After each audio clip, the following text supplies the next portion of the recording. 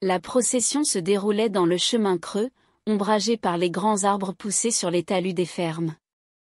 Les jeunes mariés venaient d'abord, puis les parents, puis les invités, puis les pauvres du pays, et les gamins qui tournaient autour du défilé comme des mouches, passaient entre les rangs, grimpaient aux branches pour mieux voir. Le marié était un beau gars, Jean Patu, le plus riche fermier du pays. C'était avant tout, un chasseur frénétique qui perdait le bon sens à satisfaire cette passion, et dépensait de l'argent gros comme lui pour ses chiens, ses gardes, ses furets et ses fusils. La mariée, Rosalie Roussel, avait été fort courtisée par tous les partis des environs, car on la trouvait avenante et on la savait bien dotée, mais elle avait choisi Patu, peut-être parce qu'il lui plaisait mieux que les autres, mais plutôt encore, en Normande réfléchie, parce qu'il avait plus d'écus. Lorsqu'ils tournèrent la grande barrière de la ferme maritale, 40 coups de fusil éclatèrent sans qu'on vît les tireurs cachés dans les fossés. À ce bruit, une grosse gaieté saisit les hommes qui gigotaient lourdement en leurs habits de fête, et Patu, quittant sa femme, sauta sur un valet qu'il apercevait derrière un arbre, empoigna son arme, et lâcha lui-même un coup de feu en gambadant comme un poulain. Puis on se remit en route sous les pommiers déjà lourds de fruits, à travers l'herbe haute, au milieu des veaux qui regardaient de leurs gros yeux, se levaient lentement et restaient debout, le mufle tendu vers la noce. Les hommes redevenaient graves en approchant du repas. Les uns, les riches, étaient coiffés de hauts chapeaux de soie luisants, qui semblaient dépaysés en ce lieu, les autres portaient d'anciens couvre-chefs à poils longs, qu'on aurait dit en peau de taupe, les plus humbles étaient couronnés de casquettes. Toutes les femmes avaient des châles lâchés dans le dos, et dont elles tenaient les bouts sur leurs bras avec cérémonie.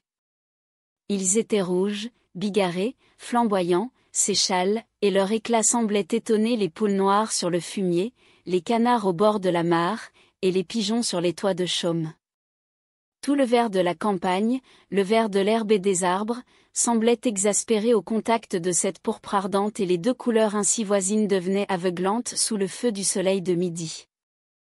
La grande ferme paraissait attendre là-bas, au bout de la voûte des pommiers.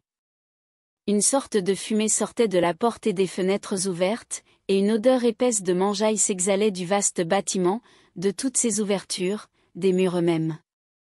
Comme un serpent, la suite des invités s'allongeait à travers la cour. Les premiers, atteignant la maison, brisaient la chaîne, s'éparpillaient, tandis que là-bas il en entrait toujours par la barrière ouverte. Les fossés maintenant étaient garnis de gamins et de pauvres curieux, et les coups de fusil ne cessaient pas, éclatant de tous les côtés à la fois, mêlant à l'air une buée de poudre et cette odeur qui grise comme de l'absinthe. Devant la porte, les femmes tapaient sur leurs robes pour en faire tomber la poussière, dénouaient les oriflammes qui servaient de ruban à leurs chapeaux, défaisaient leurs châles et les posaient sur leurs bras, puis entraient dans la maison pour se débarrasser définitivement de ces ornements. La table était mise dans la grande cuisine, qui pouvait contenir 100 personnes. On s'assit à 2 heures. À 8 heures on mangeait encore. Les hommes déboutonnés, en bras de chemise, la face rougie, engloutissaient comme des gouffres. Le cidre jaune luisait, joyeux, clair et doré, dans les grands verres, à côté du vin coloré, du vin sombre, couleur de sang. Entre chaque plat on faisait un trou, le trou normand, avec un verre d'eau-de-vie qui jetait du feu dans les corps et de la folie dans les têtes. De temps en temps, un convive plein comme une barrique, sortait jusqu'aux arbres prochains, se soulageait, puis rentrait avec une faim nouvelle aux dents. Les fermières, écarlates, oppressées, les corsages tendus comme des ballons, coupés en deux par le corset, gonflés du haut et du bas, restaient à table par pudeur. Mais une d'elles, plus gênée, étant sortie, tout alors se levèrent à la suite. Elles revenaient plus joyeuses, prêtes à rire. Et les lourdes plaisanteries commencèrent. C'étaient des bordées d'obscénités lâchées à travers la table, et toutes sur la nuit nuptiale. L'arsenal de l'esprit paysan fut vidé. Depuis 100 ans, les mêmes grivoiseries servaient aux mêmes occasions, et bien que chacun les connût, elles portaient encore, faisaient partir en un rire retentissant les deux enfilées de convives.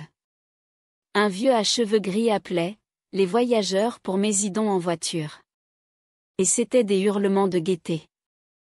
Tout au bout de la table, 4 gars, des voisins, préparait des farces aux mariés, et il semblait en tenir une bonne, tant il trépignait en chuchotant. L'un d'eux, soudain, profitant d'un moment de calme, cria.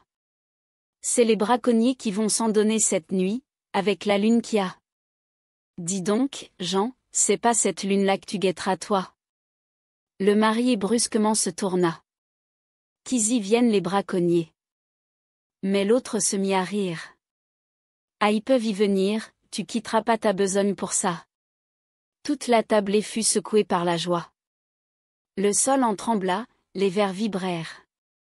Mais le marié, à l'idée qu'on pouvait profiter de sa noce pour braconner chez lui, devint furieux.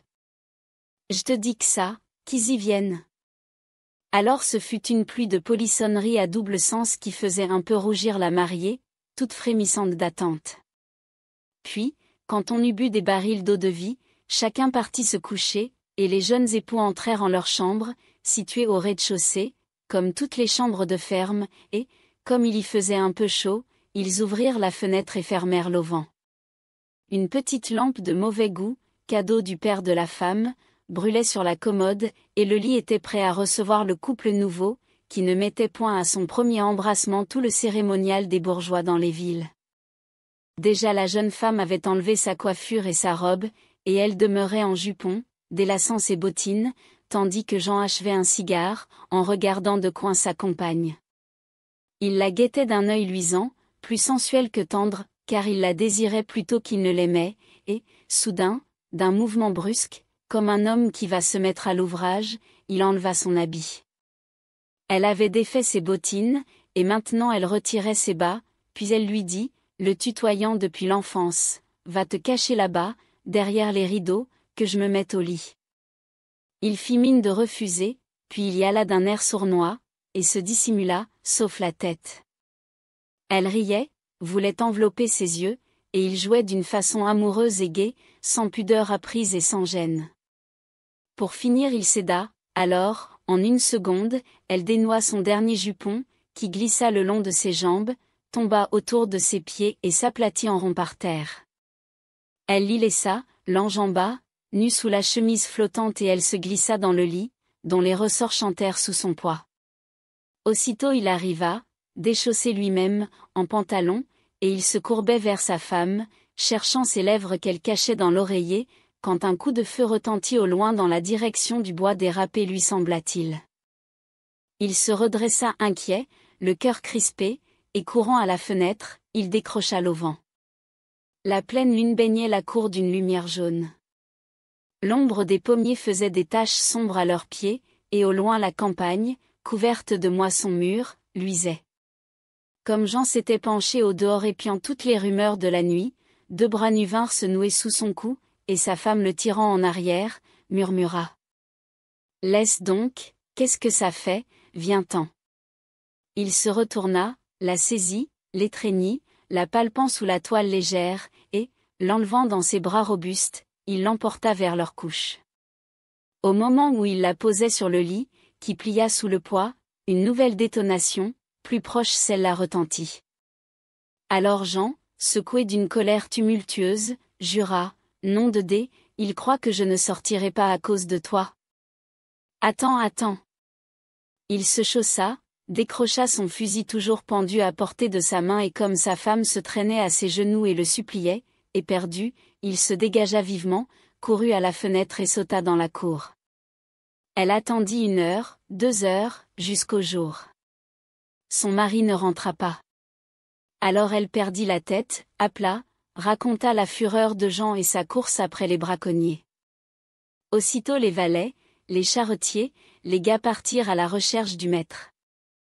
On le retrouva à 2 lieues de la ferme, ficelé des pieds à la tête, à moitié mort de fureur, son fusil tordu, sa culotte à l'envers, avec 3 lièvres trépassés autour du cou et une pancarte sur la poitrine.